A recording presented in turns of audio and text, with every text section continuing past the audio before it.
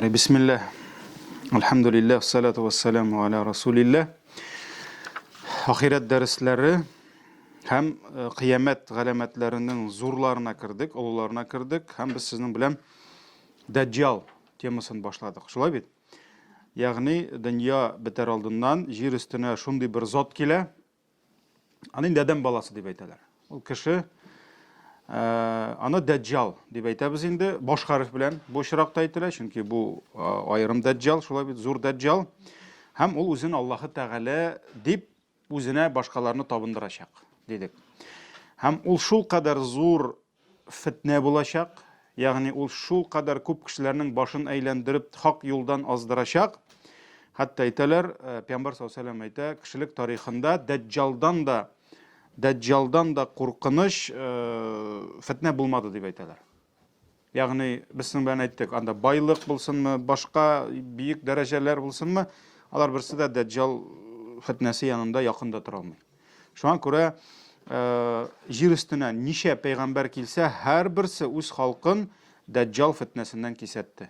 Һәрберсе үз халкына Дәҗҗал фитнәсен сөйләде, Дәҗҗал киләчәк диде. Һәм сөекле пәйгамбәребез дә саллаллаһу алейһи ва сәллям без Дәҗҗалны безгә күрергә туры килсә, аны танырлык итеп, аның сыйфатларын безгә белдерде. Менә бүген әйдәгез Дәҗҗалның сыйфатларын башлыйбыз һәм тырышабыз булдырып булса инде Дәҗҗал турында бетерергә, иншалла. Кыскартып булса да, безнең ахшам намазы күчеп килә. Шуңа күрә гадәттәгечә сәгать 6-да без инде башлый алмыйбыз. Аннан бүленәсе килми. Чөнки безнең Инстаграмда да, интернет аша да безне карагач, шуңа күрә әлегә без узган киләсе дәресне шулай калдырыбыз, ахшамнан соң дип, аннан соң сөйләшеп бетеребез иншалла. Ләкин узак итеп сәгатьләр буе намаз укып бетермәгез, яме? Матур итеп фарыз, сөннәт укып, зикр әйтәсез дә киреп утырасыз. Дәҗҗалның сыйфатлары.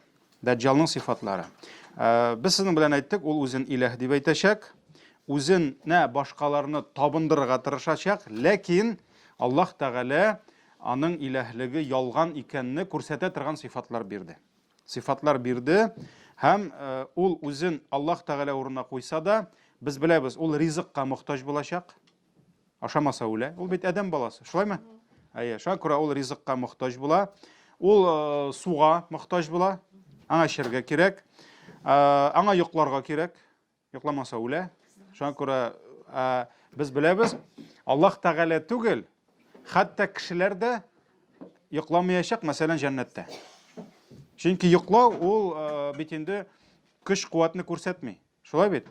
Мәсәлән, без Аятул Курсида беләбез, ла тахудуху синатун ва ла наум. Аллаһ Тәгаләне ул армыйда бер кашанда һәм йокы аны бер кашанда алмый. Аллаһ йокламый. Аллаһ йокыга мохтаҗ түгел. Чөнки без йоклыйбыз кашан без хәлсезләнәбез. Ул безнең ихтияҗыбыз. Аллаһ ашамый. Аллаһ ичмий. Аллаһ ризыкка мохтаҗ түгел. Әмма бу ашый, эчә, йоклый, һәм әйттек узган дәрестә инде ашаган, ичкән икән, димәк аңа бәдрәфкә барырга кирәк. Димәк аның эче тулы нәҗес. Шулай бит, тизәк, бәүл. Шуңа күрә менә бу һәм башка кайбер сыйфатлары күрсәтә, ул илаһ була алмый берничектә. Ул илаһ була алмый. Шуңа күрә барыбер ул зур фитнә булса да, Аллаһ тәүфик биргән кешеләр, акыл биргән кешеләр күрәләр аның гади кеше икәнлеген. Ягъни гади булмаса да бик, ләкин Аллаһ түгел икәнлеген, илаһ түгел икәнлеген күрәләр. Әйдәгез аның кайбер гомуми сыйфатларына тукталыйк. Пәйгамбәрбез саллаллаһу алейһи ва сәллям аның безгә сыйфатларын күрсәтте. Абдулла ибн Умар радиллаһу анһума тапшыра, Пәйгамбәр саллаллаһу алейһи ва сәллям бер вакыт Дәҗҗалны төшендә күрә. Без беләбез, пәйгамбәрләр төшләрендә күрсә, ул хакыйкый. Шулаймы? Чөнки Ибраһим төшендә күрде баласын курбан иткәнне. Һәм бу нәрсә булып чыкты? Аллаһның әмере булды. Шуңа күрә Пәйгамбәр саллаллаһу алейһи ва сәллям төшендә күргән икән, димәк Аллаһ Тәгаләнең бу аңа белдертүе булды. Пәйгамбәр саллаллаһу алейһи ва сәллям шушы сыйфатта күрде Дәҗҗалны төшендә. Ул таза гәүдәле иде ди. Ягъни калын гәүдәле иде ди. Алсу йөзле, ягъни кызгылт йөзле иде ди. Бидрә чәчле. Мин каядыр хәтерләмим. Әбиләргә бу хадисне укыгач, кара, бик матур була икән бу дип бер әби шунда арттан күз аллады. Ләкин бер күзе бедерә чәчле, бер күзе кылый. Кыек дип киләйме, кылыймы дип була дигән. Бер күзгә кыек була инде. Кылый гына түгел, чөнки аның ике күзенең дә урыны була, ләкин бер күзе гарип була. Һәм ул виноград җимеше кебек, ләкин чыгып та тормас, эчкә дә кермәс ди. Ягъни сөртелгән кебек булыр ди. Кайбер хадисләрдә килә, нигә штукатуренный стенага төкергән кебек, төкерек ничек ябышып кала, шуның кебек ябышып калган кебек булыр ди. Ягъни гарип була инде, матурлыгын күрсәтми. Аның күзе ди виноградка шаган ди. Виноградка шаган ди, ягъни йөземгә шаптыра ди. Һәм ул күбрәк ди Хузага кабиләсеннән Ибн Каттанга шаган ди. Ягъни хәтта кемнең ниннән икәнен дә күрсәтә инде. Шуңа шаган ди. Бу Бухари риваятында килә. Бухари риваятында килә. Икенче бер хадис Губада ибн Самит радиллаһу анһу тапшыра, Пәйгамбәр саллаллаһу алейһи ва сәллям әйтте ди, дөрестлектә ди, мин сезгә ди бик күп сөйләдем Дәҗҗал турында, ләкин кайбер әйберләрне сез ахырына кадәр әле аңлап бетермәгәнсез дип куркам ди. Менә карагыз, Пәйгамбәребез шул кадәр Дәҗҗал турында күп сөйләде. Күп сөйләсә дә курыкты нәрсә дип? Мин барыбер нәрсәнедер әйтеп бетермәгәнмендер әле дип. Чөнки бөтенесе кисәтте, курыктылар бу фитнәдән. Чөнки күпме кешеләр җәһәннәмгә китәчәк шушы зат артыннан ияреп. Шуңа күрә мин ди куркам барыбыр ди, әле бөтенесен сезгә әйтеп бетермәгәнмен, бөтенесе аңламагансыздыр әле. Дөрестлектә Мәсихуд Дәҗҗал ди. Аның буе кыска булыр ди. Ягъни бер яктан ул калын, таза гәүдәле булса да, икенче яктан аның буе кыска була. Шулай бит? Аягы кәкре булыр ди. Аягы кәкре булыр ди. Кайбер җирдә килә инде теге аю тәпиле булыр дип инде, не касалапы дип инде була. Шулай ук бедерә чәчле булыр ди, бер күзле булыр ди, чөнки икенчесе аның сөртелгән кебек булыр ди. Кайбер хадисләрдә килә уң күзе дип, кайберләрдә сул күзе дип килә. Икесе дә бар инде хадисләрдә. Ләкин күзе ди чыгып та тормас, эчкә дә баткан булмас ди. Һәм әгәр дә сез ди шикләнә башласагыз ди, белегез ди, Аллаһы Тәгалә ди, ул беренчедән бер күзле түгел ди. Икенчедән сез Раббыгызны бер кашанда күрмәячәксез ди. Ягъни бу дөньяда Аллаһны күреп булмый. Шуңа күрә Дәҗҗалны күргәнбез икән, ул үзен илаһ дип әйтсә дә, без белергә тиеш, Аллаһны бу дөньяда күреп буламы? Булмый. Менә кайвакыт сораганнары бар шулай, төштә күрдем диләр. Аннан соң мәсәлән бер бала күрәзәчелек итә башлаган инде. Мин сорадым, сез ярамый алай дип. Ул бит шайтан ние бу дип, шайтан гыйлеменә кирип киткән дигәч, ул төшендә Аллаһ Тәгаләне күрде ди. Аллаһ аңа килеп нәрсәдер бирде ди. Менә Аллаһны күреп булмый. Ягъни бу безнең әһле сунна вал җамааның гакыйдасы. Аллаһы Тәгаләне бу дөньяда күреп булмый. Безнең кебек гынахлы, надан, гади, шумган гынахка мөселманнар гына түгел, хәтта пәйгамбәрләр дә күрмәде Аллаһны. Пәйгамбәрбез саллаллаһу алейһи ва сәлләм дә Аллаһ белән сөйләшсә дә пәрдә аша сөйләште. Шуңа күрә бу дөньяда Аллаһ Тәгаләне күреп булмый. Һәм шуңа күрә кемдер аны төшендә күрдем дисә, кемгәдер өнемдә килдем дисә, бу шайтан килгән. Аллаһ түгел. Чөнки адашырга ярамый. Хәтта булды шундый, хәтерләмим, кайсы исеме Абдулла ибн Масгуд микән, бер сахаби төннә белән мәчеттә намаз укып тора. Һәм михрабтан бер баш чыга.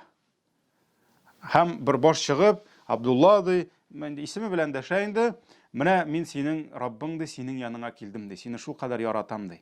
Ягъни син шул кадәр күп гыйбадәт кылгач, шуннан соң ул белә, Аллаһ киләме алай? Аллаһ килми.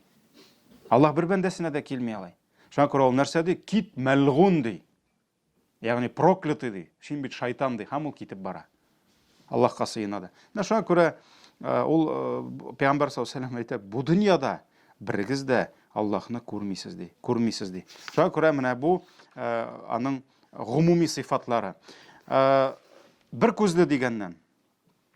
Әле тагын калган гомуми сыйфатлардан Пәйгамбәр Ибн Габбас әйтә, Пәйгамбәр саллаллаһу алейһи ва сәлләм әйтте ди, Дәҗҗал ди, ул бер күзле ди, чөнки икенчесе сөртелгән, ак тәнле ди. Димәк, ул инде кара тәнле, негр яки ни булмый. Шулай бит, ак тәнле ди, ягъни тәне аның якты була, ак була. Аның башы ди, йылан башына шағанды. Удав башы деп әйтелә инде. Буар йылан инде, деме? Буар йыланга шағанды. Һәм ул күбрәкте Абдул-Узза ибн Каттанга шағанды. Һәм бу зат сәбәпле ди, Даджал сәбәпле, бик күп жахил, надан кешеләр хәлак булачак ди. Ә бит сезнең Раббыгыз бер күзле түгел ди. Ягъни шушы бер күзле гариб, икенче күзе гариб кеше артыннан күпме кеше ияреп хәлак булачак ди. Менә шуңа күрә, әгәр әйдәгез хәзер санап китәбез аның айрым сыйфатларын. Айрым сыйфатларын. Иң беренчесе менә шушы бер күзле дигәннән. Бер күзле дигәннән. Пәйгамбәр саллаллаһу алейһи ва саллям моны безгә тик томалагын әйтмәде. Димәк, ул аның күренеп торачак. Икенче күзе гариб булу. Шулай бит? Күренеп торачак. Һәм ул аны бизиячәкме? Гариблек кешене бизиме? Юк. Шуңа күрә аның күзе ул шул хәтлек матур булмаячак. Ягъни гариблек булачак, ул аның ямсыз булачак. Ямсыз булачак. Шуңа күрә бу безгә аны танырга нәрсә ярдәм итәчәк. Кайбер хадисләрдә килә уң күзе дип, гариб, кайберләрендә килә сул күзе дип. Ләкин кайбер галимнәр әйтәләр инде, бу кайсы гына булса да күрсәтәчәк аның ямсызлыгын ди. Ягъни Аллаһ ул ямсыз була алмый. Безнең бөек Раббыбыз, әгәр дә ул үзенең мәхлукларын матур итеп ярата икән, Аллаһ Тәгалә аңа ямсыз сыйфатлар хас була алмый. Субханалла дип әйтәбез. Нәрсә дигән сүз бу? Аллаһ бар кимчелектән пак дигән сүз. Субханалла ул Аллаһка шөкер дигән сүз түгел. Кайбер кеше бутый. Әлхәмдүлилләh. Күбрәк якын Аллаһка шөкергә, ләкин ул Аллаһка шөкердән зуррак. Ул әлхәмдүлилләh, без Аллаһны мактыйбыз, безгә нәрсәдер биргән өчен генә түгел, аның бөек сыйфатлары өчен, шуңа күрә әлхәмдүлилләh зуррак Аллаһка шөкергә карый. Ләкин субханалла ул нәрсә дигән сүз? Аллаһ причист от всех недостатков дигән сүз. Аллаһтан кимчелек була алмый. Һәм монда без сыйфатлыйбыз. Аягы кәкре, шулаймы? Бер күзе ширегән, йөзем кебек сөртелгән, әле тагын бар. Бар әле тагын шундый сыйфатлары. Шуңа күрә Пәйгамбәр саллаллаһу алейһи ва саллям күз турында айрым әйтте, чөнки ул күзне аны күрмичә калып булмый. Чөнки кешене дә карагач күзе күренә. Шулай бит? Башка җире күренмәсә дә күзе күренә. Шуңа күрә икенче бер хадистә менә монда килә. Сул күзе ди якты йолдыз кебек булыр ди, ә уң күзе ди стенага төкерелгән, ябышып калган төкерек кебек ди. Ягъни төкерек ябышып калган кебек булыр ди инде. Ягъни ул аның матурлыгын күрсәтми инде, матурлыгын күрсәтми. Тагын бер хадис бар, ансында язылган, аның бер күзе калын ни белән, пленка белән капланган булыр ди. Ягъни пленка кебек капланып торыр ди. Кайбер хадисләрдә килә, пияла кебек яшел булыр ди. Пияла кебек яшел булыр ди күзе ди. Бу Имам Ахмад Абу Нугайм риваятларында килә. Менә шуңа күрә күзе турында Пәйгамбәр саллаллаһу алейһи ва саллям күп әйтте. Күздән аны нишләтергә? Бу бит Даджал дип әйтергә. Бу бит Даджал дип әйтер өчен. Аннары соң шулай тагын бер сыйфаты, аның ике күз арасында кафир дигән сүз булыр ди. Кафир дигән сүз булыр ди. Бу ничек була? Бу гарәп хәрефләре белән каф, фа һәм ра. Үч хәреф булыр ди. Каф, фа, ра. Кафир була. Кафир була ди. Һәм Анас радиллаһу анху тапшыра, Пәйгамбәр саллаллаһу алейһи ва саллям әйтте, Даджалдан кисәтмәгән бер генә бер пәйгамбәр дә булмады ди. Дөрестлектә ди, Пәйгамбәр саллаллаһу алейһи ва саллям әйтә, дөрестлектә ди, аның бер күзе кыек булыр ди, Раббыгыз сезнең бер күзле түгел ди. Һәм ике күз арасында кафир дип язылган булыр ди. Бу Бухари риваятында килә. Һәм икенче бер хадистә үч хәреф дип килә, кафара дип язылган булыр ди. Ягъни үч хәреф кафара булыр ди. Сорау. Мәсәлән, гарәп хәрефләре белән язылган. Кемдер гарәпчә укый белми. Ярый, сезгә повезло, менә сез гарәпчә беләсез. Ул укый аламы юк? Кемдер бөтенләй хәреф танымаска мөмкин, шулаймы? Нишләргә?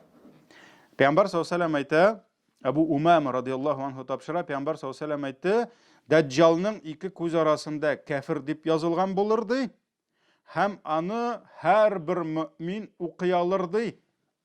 Укый белсә дә, укый белмәсә дә ди. Демәк, ул кафара сүзләрен, хәрефләрен укыр өчен иман кирәк, грамота түгел монда, бу чиракта. Мәсәлән, ниндидер бер әйтик бер кәфир, ул булырга мөмкин арабист, гарәп теле специалисты булырга мөмкин, шулай бит. Ләкин аңа ул ярдәм итмәячәк. Әмма хакыйкый мөмин аның ике күз арасында кәфара, кәфир дигән сүзне укый алачак.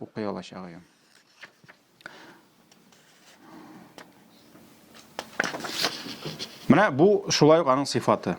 Шулай бит Пәйгамбәр саллаллаһу алейһи ва саллям хәтта әйтте, нәрсә? Укый яза белмәгән кеше дә Аллаһ Тәгалә аны укыттырачак иншаллах. Укыттырачак. Тагын бер сыйфат, Даджалның нәселе булмаячак. Ул ир кеше булса да, ләкин ул нәселсез булачак. Пәйгамбәр саллаллаһу алейһи ва саллям әйтте, Даджал, бу Сахих Муслимда килә, Имам Муслим җыентыгында, Даджал нәселсез булыр ди, һәм аның балалары булмас ди. Бу дагын аның сыйфатын күрсәтә. Алга таба. Ул үзен Аллаһ дип әйтер, Илаһ дип әйтер, шулай бит. Ләкин әлбәттә аның бу сүзе ялганга нигезләнер. Чөнки Аллаһ Тәгалә инде тауфик биргән кешеләр күрерләр аның җитешсезлекләрен, аның кимчелекләрен күрерләр. Шуңа күрә Пәйгамбәрбез саллаллаһу алейһи ва саллям әйтте, менә хәтта шул хадис кенә безгә инде ярдәм булып тора. Билегез ди, үлгәнче берегез дә Раббыгызны күрә алмаячаксыз ди. Үлгәнче ди. Ни өчен? Чөнки үлгәннән соң җәннәттә бар Аллаһның дидар шарифын күрү мөмкинлеге бар.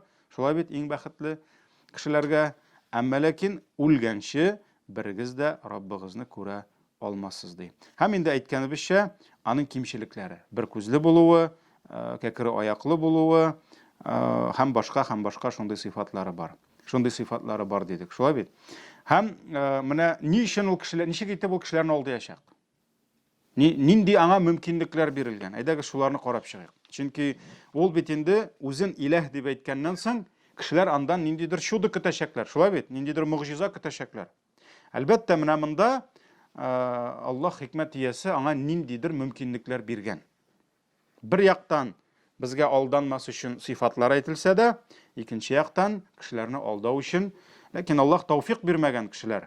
Теге каждый русча әйткәндә, каждый получает то, чего он заслуживает. Әгәр дә кемгәдер адашырга калыбы лаек икән, Аллаһ аны адаштыра, Даджал белән дә.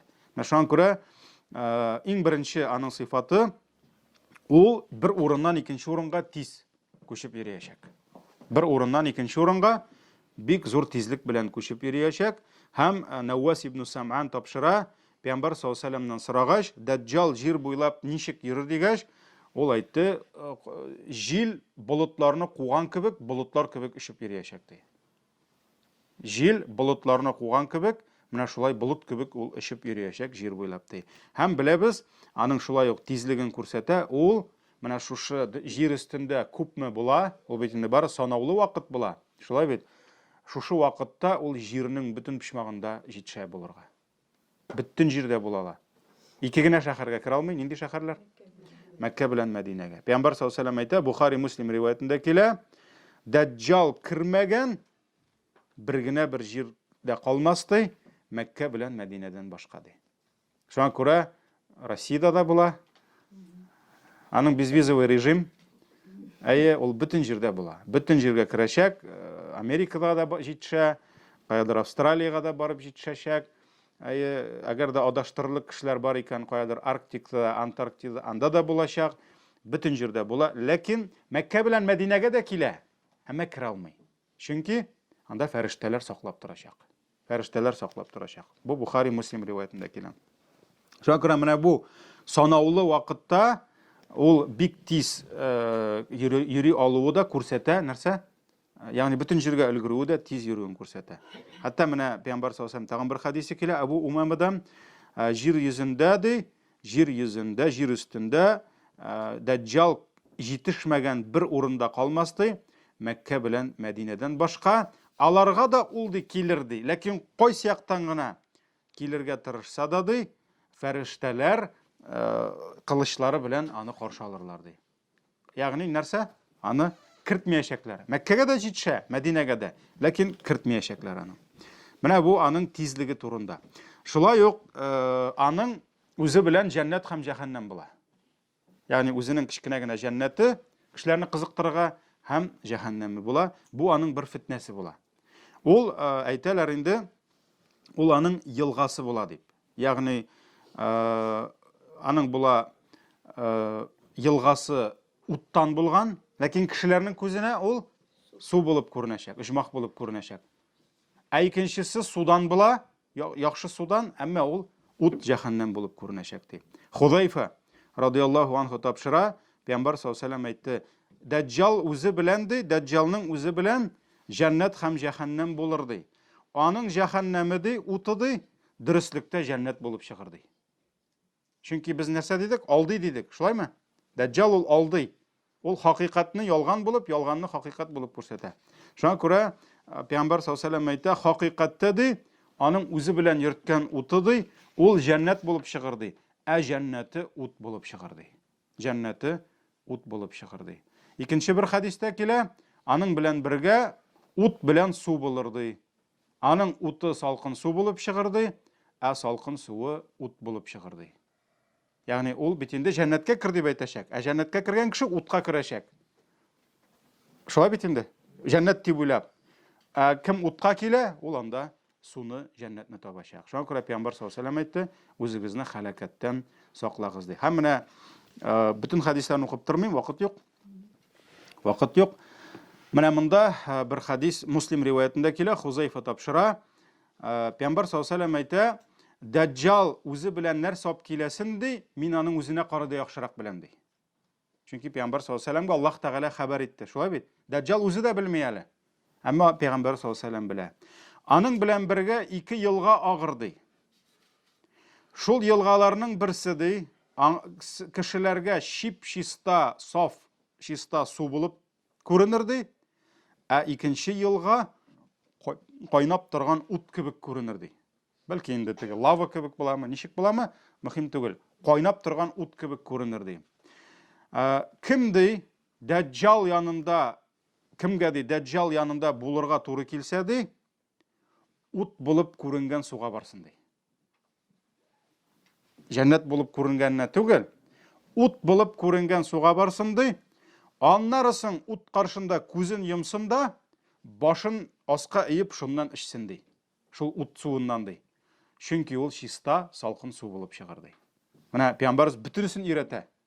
Аның өммәте адашмасын өчен, ялгышмасын өчен, саташмасын өчен бүтүнесен өйрәтә. Карагыз. Әгәр дә кемгәдер шул 2 елганы күрергә туры килсә ди, китсен туры кая? Кайнап торган утка ди, күзен йомсын да, башы белән башын аскайып, шуннан ичсен ди, салкын су булып чыгыр ул ди. Бу Сахих Муслимда килә. Сахих Муслимда килә. Менә шуңа күрә андый хадислар бар, ләкин бүтүнесендә әйткәнебезчә укып торга вакыт юк. Алга таба Дәҗҗал, моны инде мин әйткән идем узган дәрестә, үзенә ярдәмгә бүтән шайтаннарны җыячак. Чөнки шайтаннарның да максат бит кешеләрне җәһәннәмне итү. Алар беләләр. Дәҗҗалның артына бик күп кеше ярып, көферлеккә китәчәк, җәһәннәмгә китәчәк. Шуңа күрә бик күп шайтаннар, алар аңа хезмәт итәчәкләр. Ничек итеп? Төрлечә. Әллә нинди төрләр. Ләкин шуларның берсе Абу Умама тапшыра, Пәйгамбәр саллаллаһу алейһи ва сәллям әйтә, Дәҗҗалның тагын бер фитнәсе ди, ул бер бәдәвигә әйтер ди. Бәдәви, шулдан килгән бер гарәп инде. Ул аңа ышанмаячак. Мин сиңа син Аллаһ түгел дип әйтәчәк, яки син Дәҗҗал. Шуннан соң ул аңа әйтәчәк. Әгәр дә синең вафат булган әтиәниң бар ди. Бар. Вафат булган әтиәнине күрәс киләме? Килә, сагына ул аны. Бөтен нәрсәсен бирер иде. Әгәр дә әнисе 5 минутка кайтса әтисе, шулай бит. Менә ул аның белә слабый урынын. Һәм әйтә: "Әгәр дә мин синең әтиәниңне хәзер кабердән торгызсам, терелтеп, син миңа иман китерәсеңме?" ди. Ягъни шаһадат китерәсеңме, мин синең Раббың дип. Уйлап тора да, ничек инде әтиәнине кабердән торгызгач, димәк бит инде бу Аллаһ, әйе китерәм ди. Шуннан соң ул шайтанга әмер бирә, бер шайтанга аның әтиәнисе сурәтен алырга. Jinler, шайтаннар, алар кемнең сурәтен телиләр, шул сурәткә керә алалар. Һәм шуннан соң аның инде әтисеме, әнисеме кабердән тора дагын, улым ди, балам ди, бу бөек Раббы ди, синең Раббың аңа иман китерди. Иман китерди. Менә шулай итеп бу нишли? Шайтаннарны үзенә гаскәр итеп алып эшкә җигә. Һәм шайтаннар аның әмере буенча кешеләрне адаштыруда ярдәм итәчәкләр. Алга таба.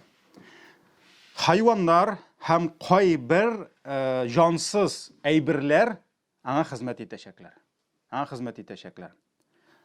Бу шулай ук фитнә була, шулай ук кешеләрне алдый торган булачак ул. Мәсәлән, без бит инде әйттек, корылык килә дидек. Шулай бит? 3тән 1 өлеше, 3тән 2 өлеше бетәчәк, һәм соңгы 3 ел буе, һәм соңгы елны бер нәрсә дә үсмәячәк җирдә, бер нәрсә дә яумаячак. Бөтен кешегә нәрсә кирәк? Яңгыр кирәк. Бөтен кешегә нәрсә кирәк? Үсемлекләр кирәк, яшеллек кирәк.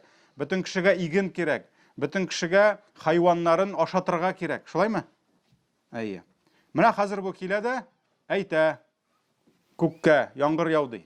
Һәм күктән яңгыр явачак. Шуннан соң җиргә әйтәчәк, чыгар ишеңдәге яшеллегеңне ди. Шуннан соң нишли? Җир өстенә яшеллек үсеп чыгачак.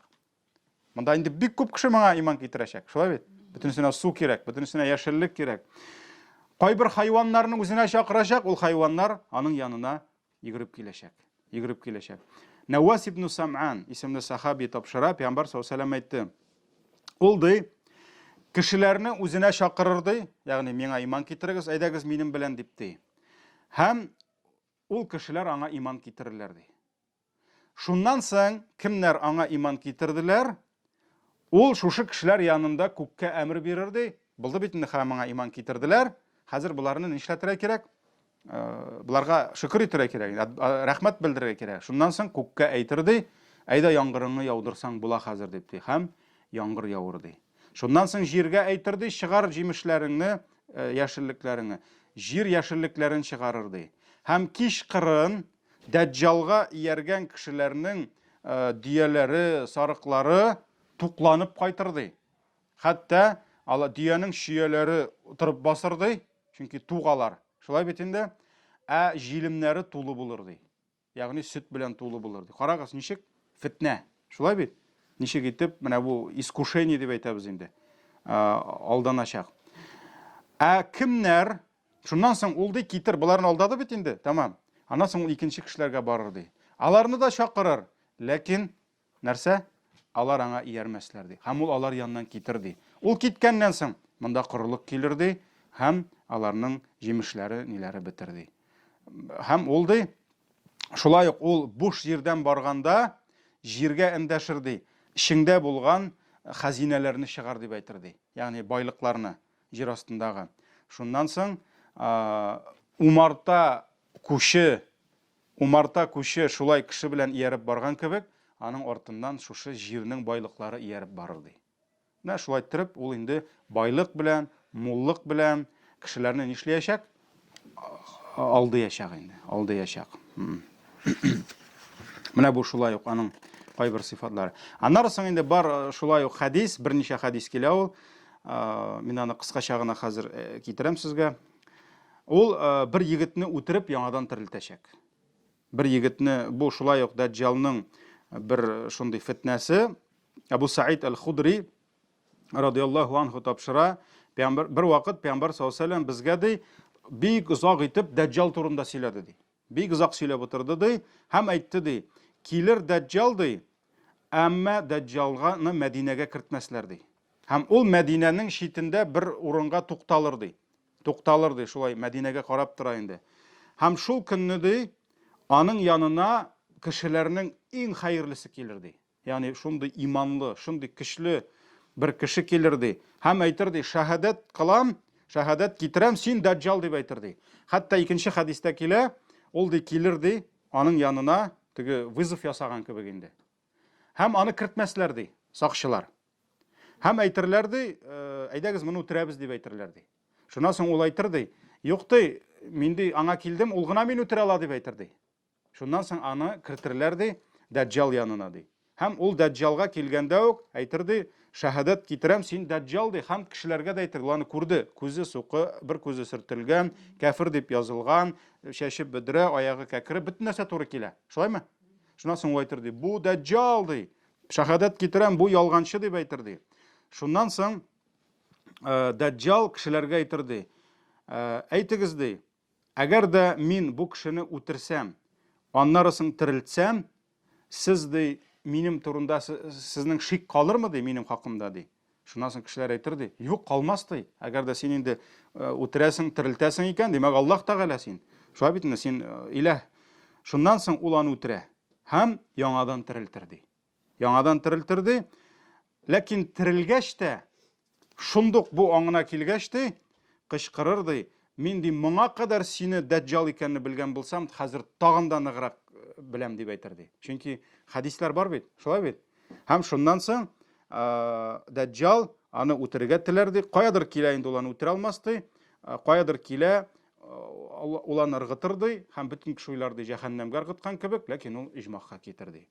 Һәм Пәйгамбәр саллаллаһу алейһи ва сәллям әйтә инде, ул заманнарның бу инде иң зур Аллаһ каршында ди, бу иң зур шаһидләрнең берсе булыр ди. Ягъни шаһид китер инде аның кулыннан ди. Менә ул нәрсә бар.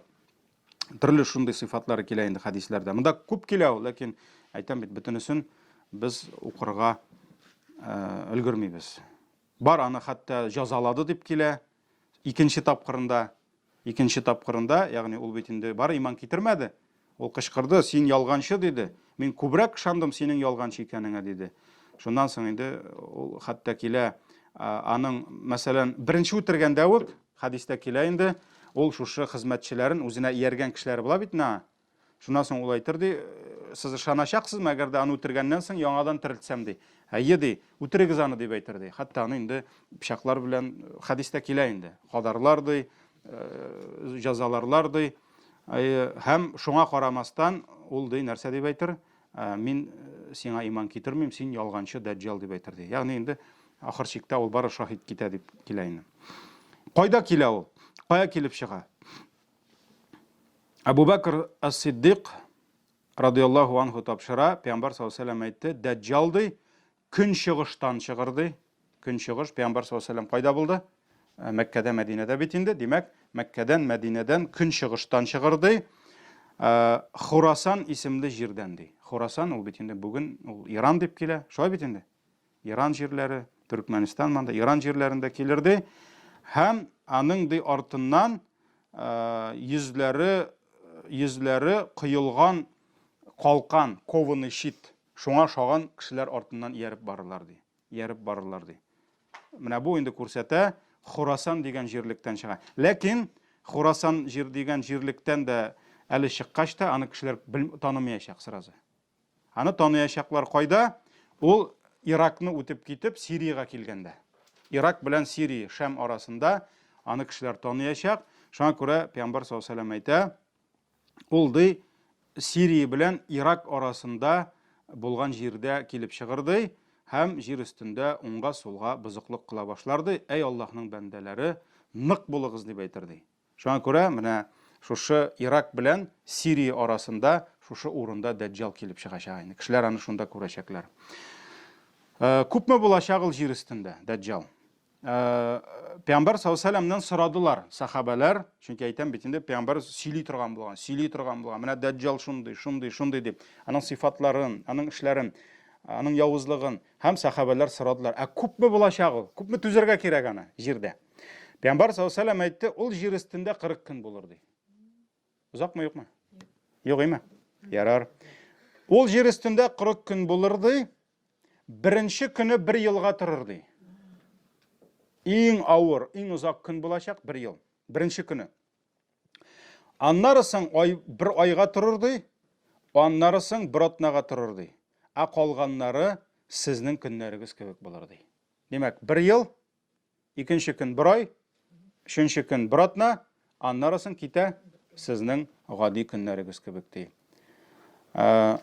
Шуннан соң сорадылар сахабалар. Шушы 1 ел эчендә, әгәр дә 1 ел кебек тора икән, безгә ул көнне ди көндәлек намазны гына укыргамы ди. Нишләргә? 1 көн 1 ел кебек булачак. Без ул бер көндә, ул бит демәк кояш чыга, ул көнне озак чыгачак.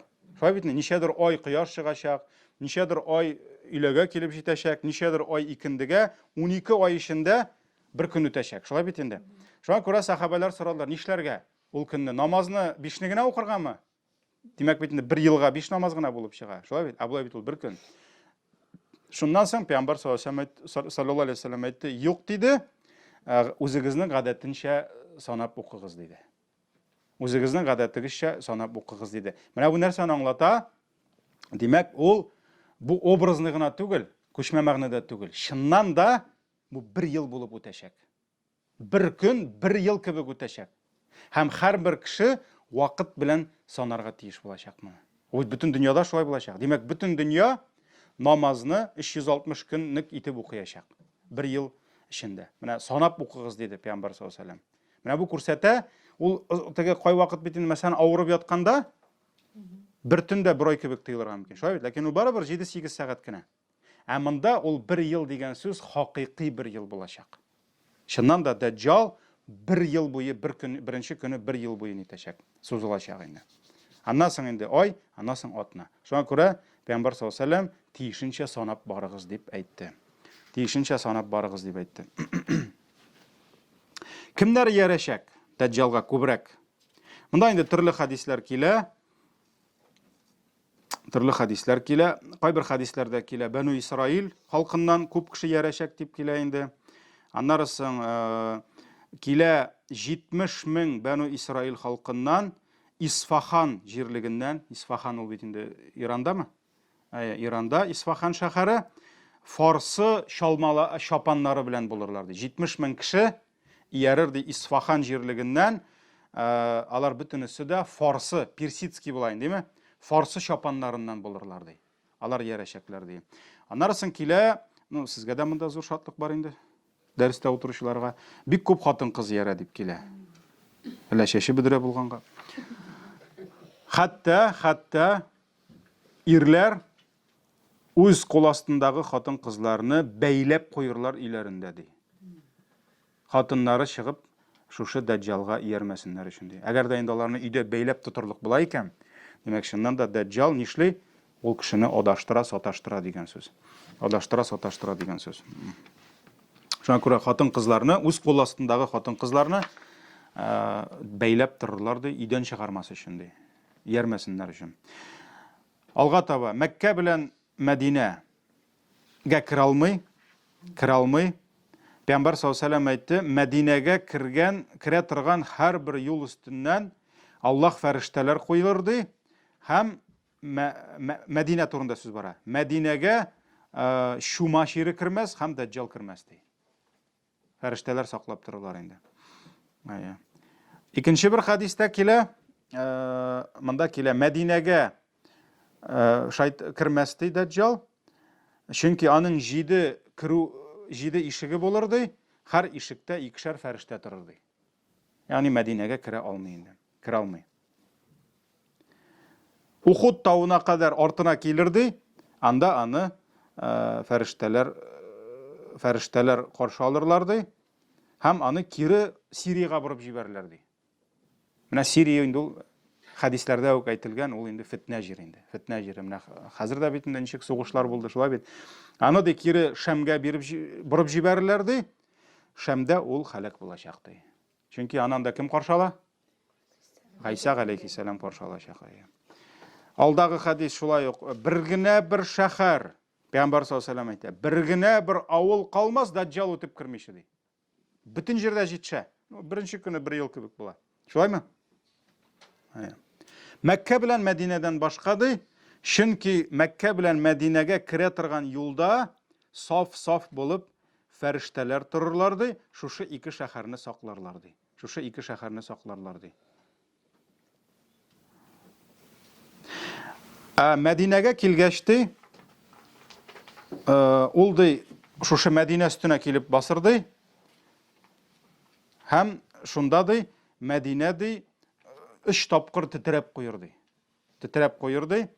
Һәм Мәдинәдә булган бөтен кафирләр һәм мунафиклар чыгып чабырлар ди янына. Дәҗҗал яғни Аллах шистартачак инде, шистартачак. Бу Бухари Муслим риваятында килә. Менә шундый хадислар күп. Кылычларын алырлар ди фәрештәләр, кылычларын чыгарырлар ди. Нинең ясыннан инде обнажат мечи дип килә инде. Һәм шулай итеп алар саклап торырлар дип килә. Шушы шәһәрләрне. Безнең тагын бер әйдәгез 10 минутта тырышабыз. 10 минутта. Ничек сакланырга Дәҗҗалдан?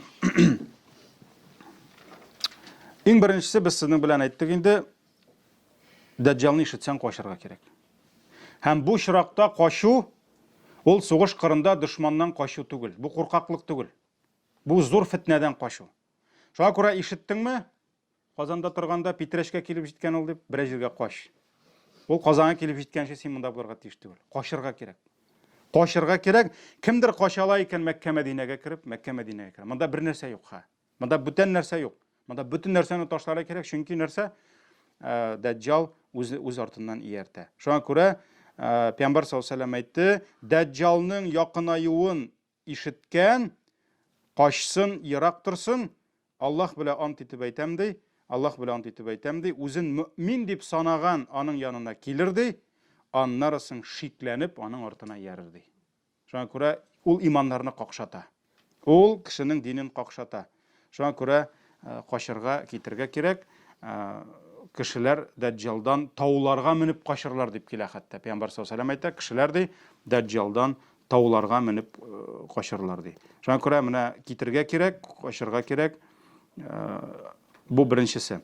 Шулай ук әгәр дә кемгәдер барыбер туры килсә 100% Дәҗҗал белән күрешергә ди, ул аның йөзенә карап аның белән бәхәсләшергә тиеш ди, дәлилләр китерергә тиеш ди. Пәйгамбәр саллаллаһу алейһи ва саллям әйтә, әгәр дә Дәҗҗал килсә мин исән вакытта ди, мин сезнең белән бергә аның каршына барачакмын һәм аның белән бәхәсләшәчәкмен ди. Инде пәйгамбәребез исән булып, без аның артында торсак, җиңел булыр иде. Ләкин пәйгамбәребез исән безнең белән түгел. Шулай бит? Безнең белән түгел. Шуңа күрә пәйгамбәребез нәрсә ди? Әгәр дә ул килгәндә мин сезнең арагызда булмасам ди, Аллаһ мине алыштырыр ди. Яни Аллаһ сезгә көч бирер ди. Шуңа күрә дөресен әйтергә кирәк, аңа дәлилләрне китерә кирәк. Чөнки ашай ишә, Аллаһ ашамый ишми. Ашамаса үлә. Шулаймы? Мәсәлән, Гайса да иләһ була алмый. Ни өчен? Чөнки ул ризыкка мохтаҗ иде. Ул йокламаса үлә иде. Ул бәдрәфкә йөрде. Һәм бу аның гади кеше икәнен күрсәтә. Шуңа күрә менә монда дагын Пәйгамбәр саллаллаһу алейһи ва саллям безгә күрсәтте аның загыйфлекләрен һәм менә шушыларны китергә кирәк. Аның кафир дип язылганы һәм башка. Алга таба. Шулай ук хадистә килә, кемдә кем Дәҗҗалга ирешсә ди, ул Кахф сүрәсенең әүвәлге аятларын укысын ди. Кахф сүрәсенең әүвәлге аятларын укысын ди. Кайбер җирдә килә, мәсәлән, сахих хадистә килә, кемдә кем Кахф сүрәсенең 10 аятын ятласа ди, ул Дәҗҗал фитнәсеннән имин булыр ди. Ләкин галимнәр кайберләр әйтә, ул ди башындагы 10 аят ди, кайберләр әйтә ахырдагы 10 аят ди. Шуңа күрә кемдер башыннан да ахырдан да ятлый ала. Шулай бит инде. Чөнки аның мәгънәләре шундый ныклык турында, көч турында килә. Монда галимнәр төрлечә әйтәләр, башындамы, ахырындамы инде. Шулай ук Мәккә белән Мәдинә анда кирми. Кем Мәккә белән Мәдинәдә була, анда да гына әле кем мунафиq була, җирләрне селкетеп чыгарачак. Шулаймы? Шуңа күрә Аллаһ Тәгалә аларны да адаштырачак инде. Әгәр дә алар мунафиq булган булсалар, анда мөселманнар арасында калмыйлар, иярәчәкләр. Шулай ук Пәйгамбәрбез саллаллаһу алейһи ва саллям намаз артында Аллаһ Тәгаләгә мөрәҗәгать итеп сорыйды, 4 нәрсәдән мине сакла дип. Менә бу да бик зур сыйфат, бик зур сәбәп Дәҗҗалдан котылырга. Менә бу дуганы ятлагыз. Бу китапларда бар.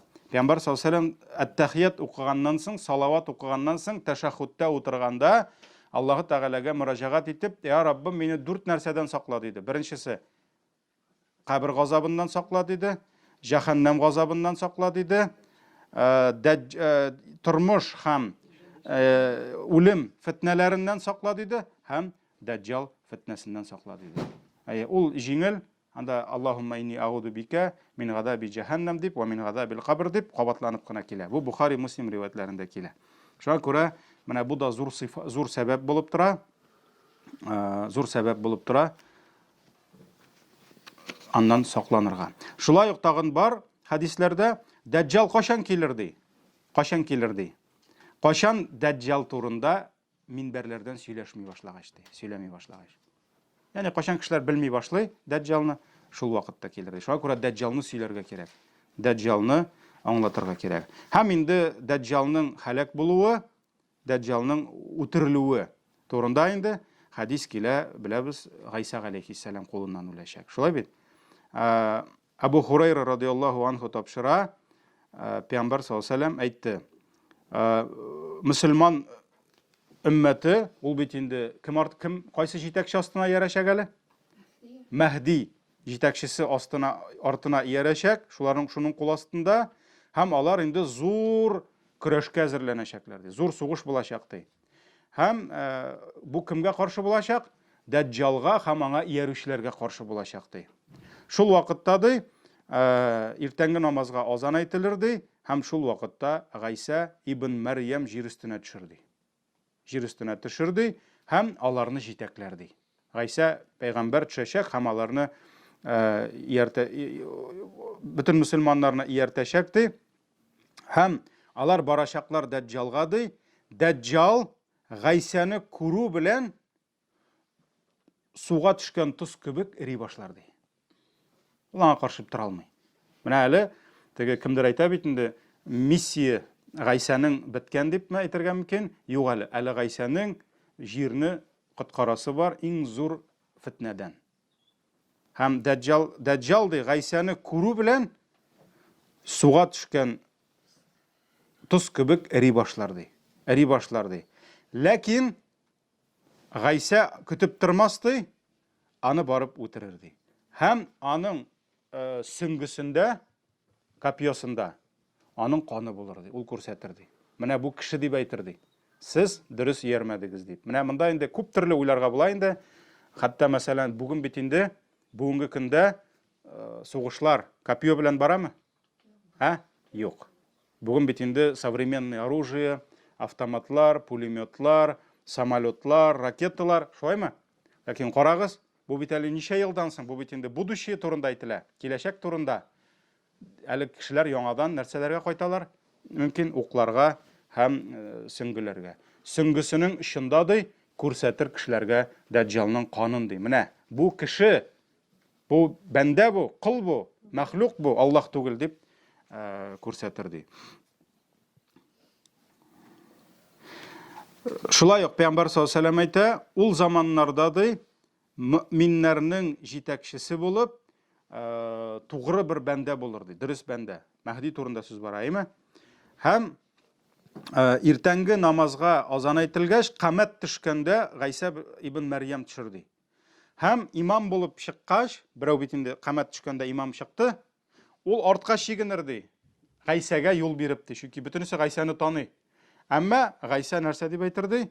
Гайса кулын аның җилкәсенә куеп, әйтер ди, бар алга, һәм синең өчен камәт төште, шуңа күрә син намазны алып бар дип әйтер ди. Һәм имам, булган имам намазны алып барыр ди. Шуннан соң Гайса алейхиссалам килер ди Иерусалимга, һәм кычкырыр ди, капкаларны ачыгыз дип ди. Һәм шул капкаларны ачып җибәргәч, анда дәҗҗал торыр ди. Иерусалимда дип килә инде. Дәҗҗал торыр ди. Һәм аның артында ди 70 мең кеше басып торыр ди. Алар яшел фарсы шапаннарында булырлар ди. Ягъни аларның формалары була инде. Һәр берсендә зиннәтләнгән кылыч булыр ди, кулларында зиннәтләнгән кылыч булыр ди. Гайсаны күргәч, дәҗҗал ди суга төшкән тоз кебек эри башлар, һәм шабыр ди.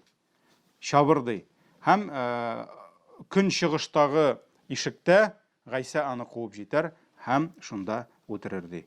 Демәк, инде менә шунда Аллаһы Тәгалә инде аңа ияргән кешеләргә зур хурлык бирер, алар җиңеләшәкләр ди. Әйе, шулай дип килә. Шулай дип килә. Ягъни, менә ул аның эрегәнен көтеп тормый инде.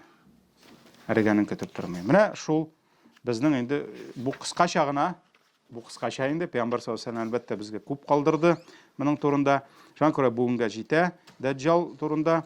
Аллаһ сакласын инде безне, балаларыбызны, киләсе нәселләребезне Дәҗҗалдан, ул зикрләрне теге 4 нәрсәдән сыенуны өйрәнегез, яме? Өйрәнегез. Һәм безнең киләсе тема иншалла Гайсаның җир өстенә иңүе. Иңүе дип әйтәбез, чөнки ул күкләрдән килә. Шуңа күрә Иисус воскрес дип әле без дә йөриячәкбез. Әйе. Чөнки киләчәк әле ул. Әйе. Субханакаллаһумма бихамдик, шаһаду ан ла илаһа илля анта, астагфирука ва атубу илейк.